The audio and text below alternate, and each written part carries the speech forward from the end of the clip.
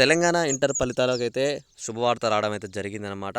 ఇక్కడ చూసుకోవచ్చు తెలంగాణ ఇంటర్ విద్యార్థులు ఎవరైతే ఉన్నారో మీ అందరికీ ఇది ఒక పెద్ద శుభవార్త అనమాట.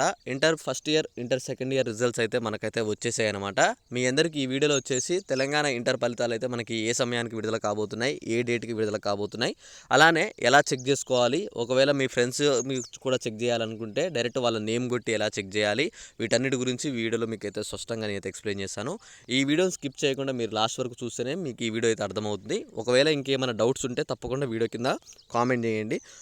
అయితే ఇక్కడ మీకు ఇంకా ఎవరికైనా సరే మార్క్స్ యాడింగ్ విషయంలో ఇంకా ఏమైనా డౌట్ ఉంటే, ఒకవేళ ఏ సబ్జెక్ట్లో మార్క్స్ యాడ్ అవుతున్నాయో తెలియకపోతే తప్పకుండా మీరు ఒకసారి అయితే కింద డిస్క్రిప్షన్లో టెలిగ్రామ్ గ్రూప్ లింక్ అని చెప్పి మీకు ఒకటి కనిపిస్తుంది అనమాట. మీరు ఆ గ్రూప్లో జాయిన్ అయితే మీకు మార్క్స్ యాడ్ అవుతున్నాయి, ఏ సబ్జెక్ట్లో ఎన్ని మార్క్స్ యాడ్ అవుతున్నాయి, ఇప్పుడు తెలుగులో ఎన్ని యాడ్ అవుతున్నాయి, మ్యాథ్స్లో ఎన్ని యాడ్ అవుతున్నాయి, ఇంగ్లీష్లో ఏమైనా యాడ్ అవుతున్నాయా, ఇలా ఏవేవి ఉన్నాయో వాటన్నిటి గురించి మీకు క్లారిటీ ఇన్ఫర్మేషన్ అయితే ఆ గ్రూప్లో దక్కుతుంది అనమాట. అయితే ఇక్కడ మనం మరి కాస్త లేట్ చేయకుండా అసలు రిజల్ట్స్ అనేవి ఎప్పుడు రిలీజ్ అవుతున్నాయి, మనం ఎలా చెక్ చేసుకోవాలని దాని గురించి అయితే చెప్తానమాట.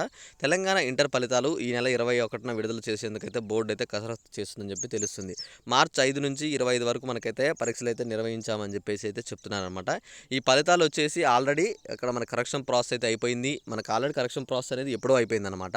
ప్రజెంట్ ఇప్పుడు ఏం జరుగుతుందంటే ఇక్కడ మార్క్స్ యాడింగ్ అనేది, అంటే ఇక్కడ మార్క్స్ యాడింగ్ అంటే మనకి వెబ్సైట్లో మార్క్స్ యాడ్ చేయడం కావచ్చు, అలానే పేపర్ వాల్యుయేషన్ అనమాట.